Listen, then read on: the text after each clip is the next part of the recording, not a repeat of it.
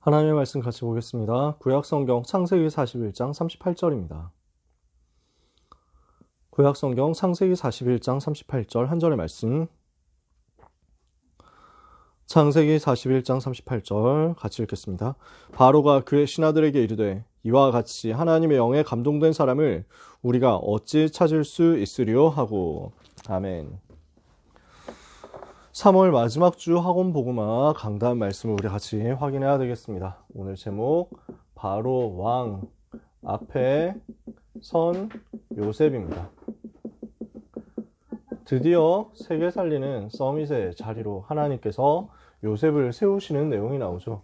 그 전까지 요셉은 어땠습니까?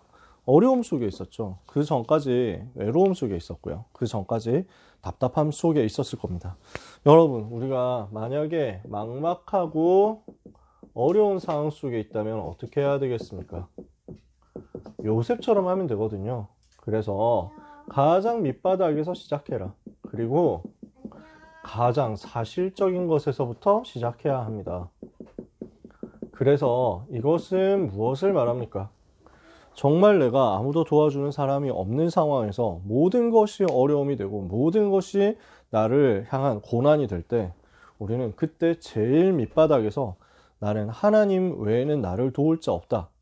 그러나 하나님이 나를 도우시면 나는 충분하다. 하나님의 도우심과 하나님의 은혜로 나는 승리할 것이다. 이걸 딛고 시작하는 것입니다. 제일 밑바닥인데 아무도 나는 희망을 걸 수가 없다. 아무도 나를 도와줄 수 없다. 그런데 여호와께서 나와 함께 하신다. 나에게서 모든 것을 빼앗아 간다고 할지라도 나에게서 하나님을 빼앗아 갈 자 없다. 하나님이 함께 하시는 이 비밀, 복음의 비밀을 나에게서 빼앗아 갈 자는 없는 것이다. 우리는 이걸로 시작하는 겁니다. 그래서 우리는 어떤 사실을 가지고 시작합니까? 나는 하나님의 자녀요. 예수님은 나의 그리스도시고 그리스도는 인생 모든 문제 해결자시다. 그리스도께서 나의 과거, 현재, 미래 모든 문제 끝내셨기 때문에 나는 여기에서도 망할 수 없다. 여기에서 시작하는 거죠. 그러면 이 밑바닥과 사실을 붙잡았을 때 우리는 당연한 것을 누릴 수 있게 됩니다. 그래서 하나님이 나와 함께 하시는 것을 알고 하나님의 절대 주권이 내가 있는 이 현장과 내가 하고 있는 이 일 속에 있다는 것을 인정하면 당연 속으로 들어가는 것입니다. 나는 여기서 하나님이 내게 맡겨주신 이것을 최고로 누릴 것이다. 이렇게 하고 있으면요, 나도 모르게 세계 살릴 조건이 만들어지게 될 것입니다. 이렇게 만들어지거든요. 이렇게 하고 있으면 이게 쌓여갑니다. 하나님이 주신 당연 속에서 세계 살릴 조건이 하나하나 쌓여갑니다. 이러면 하나님의 시간표가 임합니다. 그 하나님의 시간표 속에서 나에게 뭐가 발견되느냐? 필연이 발견됩니다. 필연, 하나님이 하실 수밖에 없는 것, 하나님이 이루실 수밖에 없는 것, 이 시대에 반드시 필요로 하는 것, 이 속으로 들어가는 것입니다. 이 일이 나에게 벌어집니다. 결국 이걸 가지고 어디로 가게 됩니까? 자연스럽게 절대의 역사가 내 삶에 성취되는 것입니다. 이것은 아무도 막을 수 없는 일입니다. 절대의 역사가 임하게 됩니다. 내 속에 임하고 내 삶에 임하고 내 여정 속에 임합니다. 그래서 이게 내 삶에 성취되면 아무도 막을 수 없는 절대 응답이 연결되어서 옵니다. 그래서 요셉의 인생은 이거였다는 거죠. 하나님이 나와 함께 하신다. 이걸 붙잡고 그렇다면 오늘 나와 함께 하시는 하나님을 내게 맡겨진 오늘의 현장과 내게 맡겨진 오늘의 일 속에서 누릴 것이다. 하나님이 나와 함께 하시는 그 속에서 모든 것이 당연으로 보이는 거죠. 모든 것이 당연으로 누려지는 거죠. 노예로 있을 동안에 해야 되는 당연한, 감옥에 죄수로 있을 때 누릴 수밖에 없는 그 당연함, 이것이 요셉에게서 하나님이 나와 함께 하시는 비밀이 되니까, 비밀로 연결되니까 세계 살릴 조건으로 만들어지는 거예요. 그래서 경제를 배우고, 그래서 정치를 배우고, 모든 준비를 다 한 겁니다. 이러니까 하나님의 필연 속으로, 하나님의 부르시는 시간표 속으로 들어갔어요. 파라오가 지금 요셉을 부르게 되는 상황입니다. 이 애굽을 살리기 위해서 하나님께서 반드시 필요로 하시는 그 시간표, 반드시 필요로 하시는 그 사람, 반드시 필요로 하시는 그 사건과 만남이 요셉에게 주어지는 거죠. 이렇게 되니까 결국 파라오가 고백하잖아요. 그 필연 속으로 들어간 요셉을 보고 파라오가 깜짝 놀라서 얘기하는 겁니다. 이와 같이 하나님의 영에 감동된 사람을 우리가 어디에서 얻을 수 있으리요? 절대입니다. 아무도 막을 수 없는 것입니다.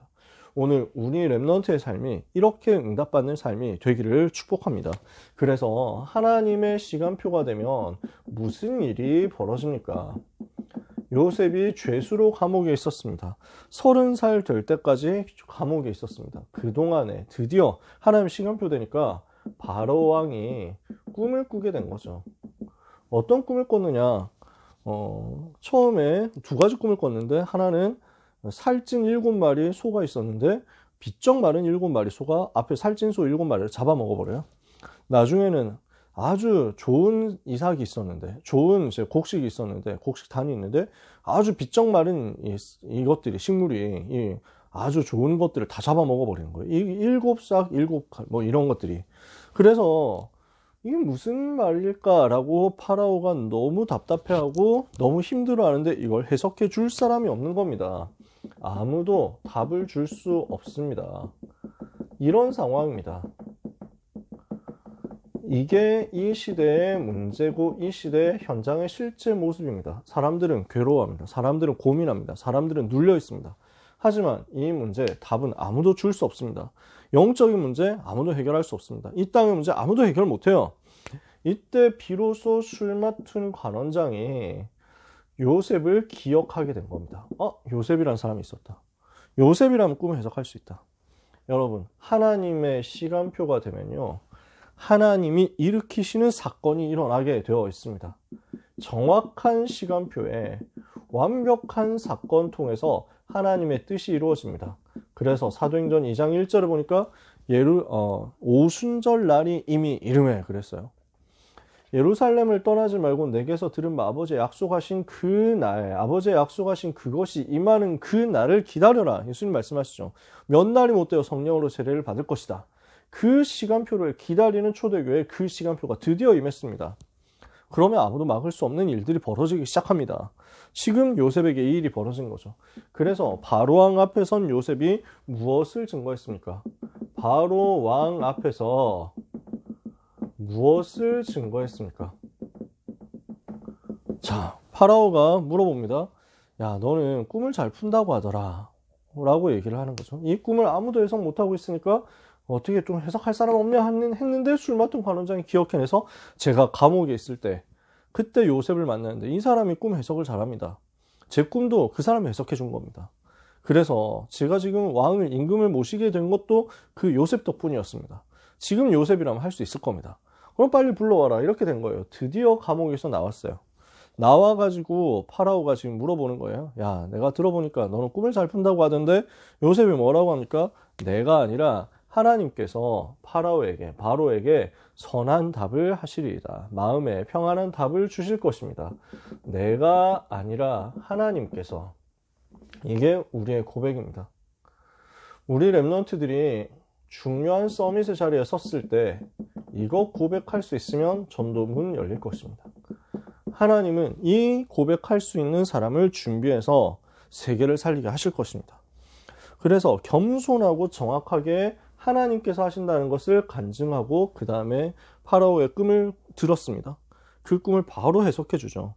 그래서 꿈을 해석하는데 임금께서 꾸신 꿈은 한 가지입니다. 두 가지 꿈을 꿨지만 한 가지를 말합니다. 7년 동안 앞으로 큰 풍년이 있을 것입니다. 그러나 그 풍년 이후에는 7년 동안 아주 큰 흉년이 있을 것이고, 흉년이 너무 심하니까 앞에 있었던 풍년까지도 다 잊어버리게 될 것입니다. 이렇게 꿈을 해석했어요. 근데 해석만 하고 끝나는 게 아니에요. 해석하고 정확한 답을 전달한 겁니다. 이때 중요한 답을 너무 정확하게 전달했습니다. 그러므로 임금께서는 어떻게 하셔야 되겠느냐? 7년의 풍년 동안에 그 거두어들인 곡식들을 저장을 해두시고, 그 저장한 곡식을 7년의 흉년 동안에 풀어주시면 백성과 나라가 멸망하지 않게 될 것입니다. 라는 것을 골자로 해서 이야기했습니다. 그런데 그 정도 얘기만 한 게 아닙니다. 이 일을 맡을 수 있는 지혜로운 사람을 세우셔야 됩니다 하는 걸 얘기합니다. 그것만 이야기하고 끝났을 리가 없습니다. 지금 요셉의 꿈 해석하는 것을 지금 모세가 기록했잖아요. 창세기를요.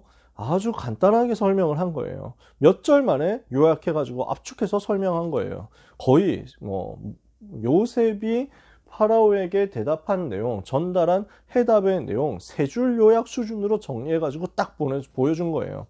실제 요셉은 엄청난 얘기를 했을 겁니다. 7년 동안의 풍년이 올 것이라는 것에 대한 과학적인 예측을 했을 겁니다. 그러면서 그 7년 동안의 풍년 이후에 오는 7년의 흉년에 대해서 농사 현장에 있어 봤던 그 경험을 가지고 정확하게 답을 제시했을 겁니다.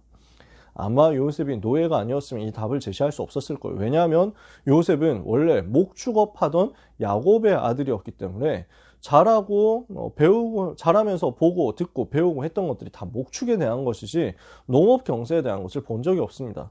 근데 애굽은 완전 농업 경제란 말이에요. 그러니까 애굽 사람과 히브리 사람들, 지금 야곱의 자손들하고는 삶의 스타일이 완전 다른 겁니다. 근데 애굽 살려면 어떻게 돼야 되냐? 그리고 세계 살려면 어떻게 해야 되냐?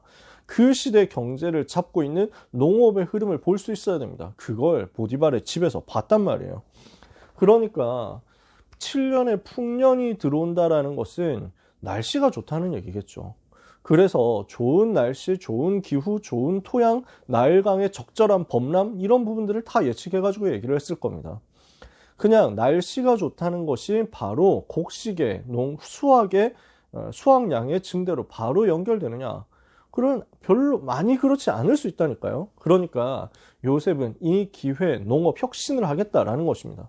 날씨가 좋을 때, 나일강의 수량이 풍부할 때, 나일강의 범람이 제일 효과적으로 일어날 때 관계 수로를 완전 쫙 깔아가지고 7년의 풍년 기간 동안에 관계 수로를 모든 애굽 땅에 깔아서 그 나일강의 범람을 모든 애굽 땅이 다 활용할 수 있도록 만들겠다. 그렇게 농업 혁신을 해야 된다. 그래야 풍년을 최고로 활용해서 극한으로 생산량 뽑아낼 거 아니에요. 그 다음에 어떻게 되겠습니까?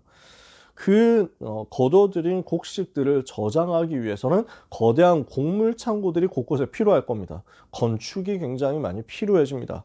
그러면 건축을 위해서 재정을 어떻게 해야 되겠냐? 그래서 많은 곡식이 이제 만들어지면은 당연히 그 곡식이 경제가 이제 시중에 풀릴 거 아니에요. 잉여 생산물이 막 풀리면은 이제 쉽게 말해서 쌀값이 폭락하겠죠. 곡물 가격이 폭락할 겁니다. 그러면 그 폭락한 곡물 가격에 대해서 어떻게 시장을 잘 돌아가도록 만들 것이냐, 재정 관리를 어떻게 할 것이냐, 경기가 호황일 때 어떻게 누릴 것이냐, 어느 정도로 세금을 비율을 맞춰가지고 할 것이냐, 이런 것들을 다 얘기를 했을 겁니다.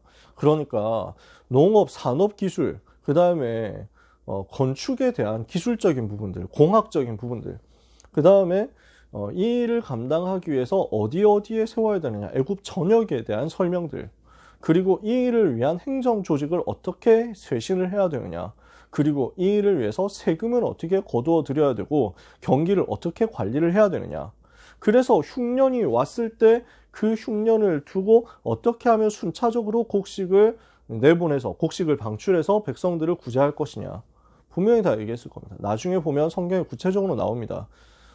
요셉은 공짜로 곡식을 나눠주지 않았습니다. 백성들에게 절대로 공짜로 주지 않았어요.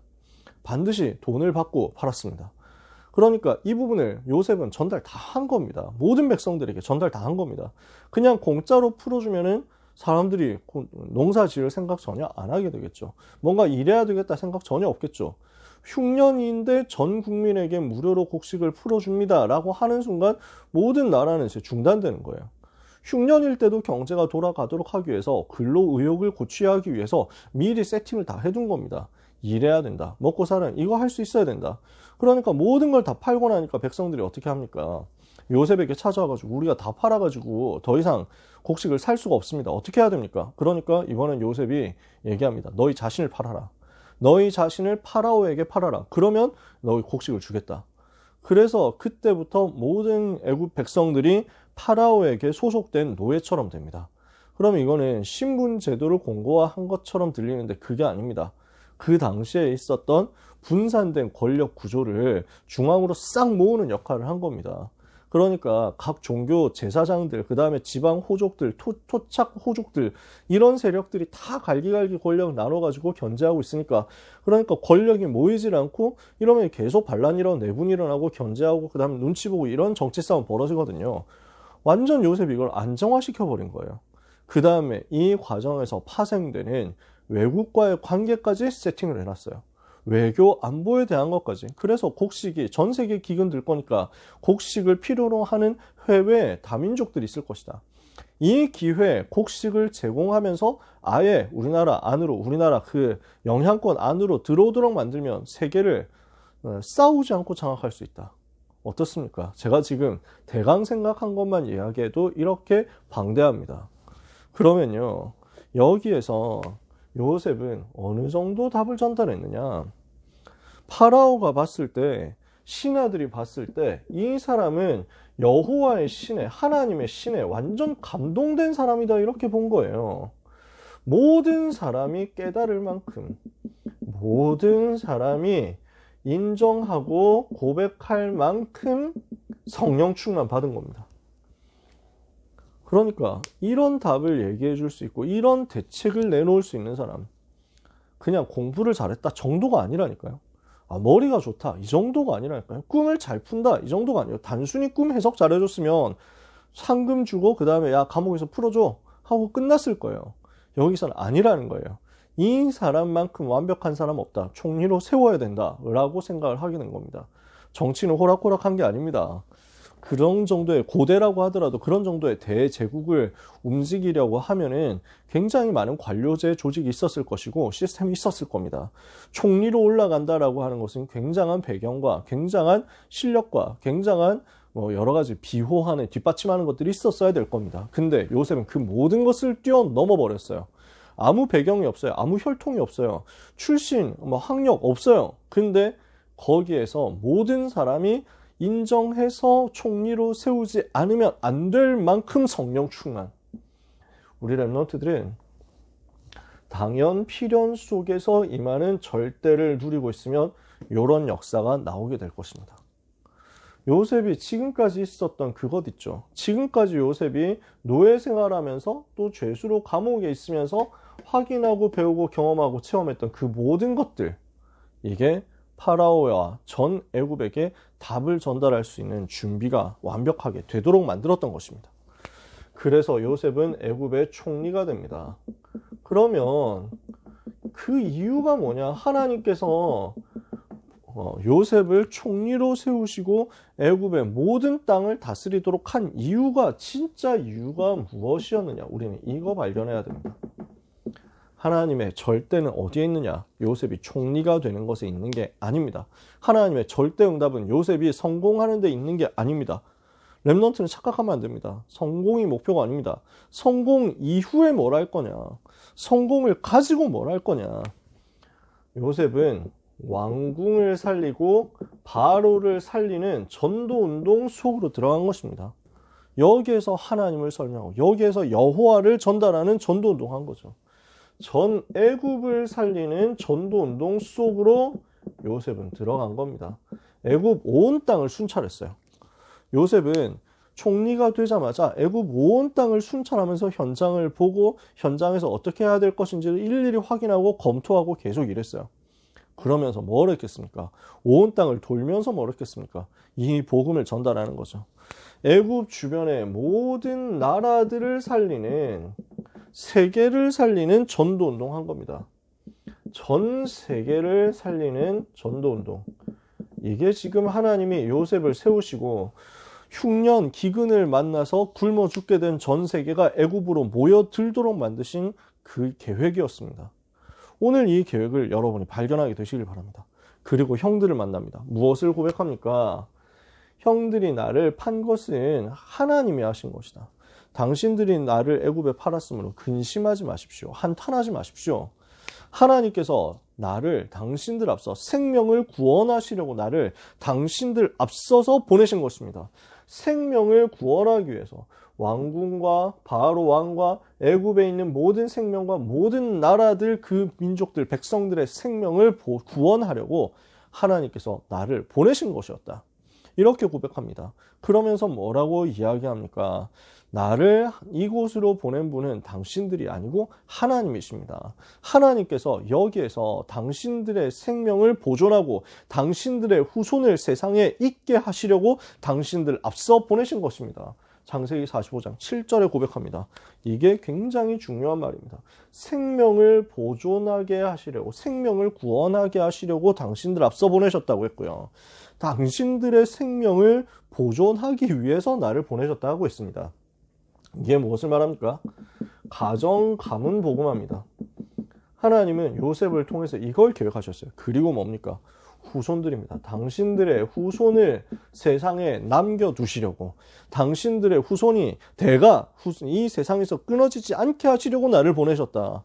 여기에서 정확하게 성경을 보면 나와 있습니다. 영어 성경에 보면 뭐라고 나와 있냐? 당신들의 렘넌트를 세상에 보존하게 하시려고. 그래서 남은 자를 보존하게 하시는 것이 하나님의 계획이고, 그 남은 자 후손 중에서 누가 일어납니까? 오실 메시아. 그 메시아 오실 길을 준비하는 것이었습니다. 그 하나님의 절대 계획을 성취하는 거였습니다. 오실 메시아를 통해서 복음을 회복하고 전 세계를 살리게 될 그것을 위해서 나를 보내신 것이다. 요셉의 후손에서 예수님이 오신 게 아닙니다. 요셉의 형이었던 유다의 자손으로서 다윗이 태어나고 그 다윗의 후손으로서 그리스도께서 오십니다. 요셉은 이걸 알고 고백한 겁니다. 나를 이 땅에 먼저 보내신 이유, 당신들의 생명을 보존하고 당신들의 후손이 세상에 남아서 오실 메시아가 그 중에서 일어나서 전 세계 살리고, 그리고 그 속에 일어나는 모든 렘넌트들을 통해서 세계를 살리게 하시려고 나를 총리로 세우신 것입니다. 나를 애굽 온 땅의 통치자로 삼으시고 파라오의 아비가 될 만큼 만드신 것입니다. 오늘 이 응답이 여러분에게 임하게 될 것입니다. 그래서 결론입니다. 결국 요셉은 무엇을 위해서 준비된 거예요? 이 복음 운동을 위해서 준비된 거였어요. 세계 복음화를 위해서, 가정, 가문, 민족 복음화, 세계 복음화를 위해서 준비된 것이었어요. 이 언약을 붙잡는 하나님의 자녀에게는 이 역사 계속 일어나게 되어 있습니다. 오늘 렘넌트는 당연, 필연, 절대 응답을 받아야 되겠습니다. 무엇을 위해서요? 세계 복음화를 위해서요. 어떤 응답 받아야 되겠습니까? 당연, 필연, 절대를 통해서 연결되는 정말 응답은 결국 성령 충만입니다. 이와 같이 여호와의 영, 하나님의 영에 감동된 사람을 우리가 어찌 찾을 수 있으리요? 오늘 이유 있는 성령의 충만을 받도록 우리 모든 렘넌트와 전도자들은 전도를 위한 실제 기도를 시작해야 되겠습니다. 전도를 위해서 기도하는 겁니다. 왜죠? 요셉이 이걸 위해서 준비되었다니까요. 세계 복음화 위해서 요셉을 하나님이 준비시켰다니까요. 우리의 과거도, 우리의 오늘도, 우리의 미래도 전부 이것을 위해서 준비되었습니다. 전도 때문에 준비된 것입니다. 전도 때문에 하나님은 우리의 모든 과거, 오늘, 미래를 다 준비해 놓으셨습니다. 그리고 우리의 모든 과거, 현재, 미래는 전도 때문에 응답이 될 것입니다. 하나님은 이것을 렘넌트에게 약속하셨습니다. 이것을 하나님이 계획하셨습니다.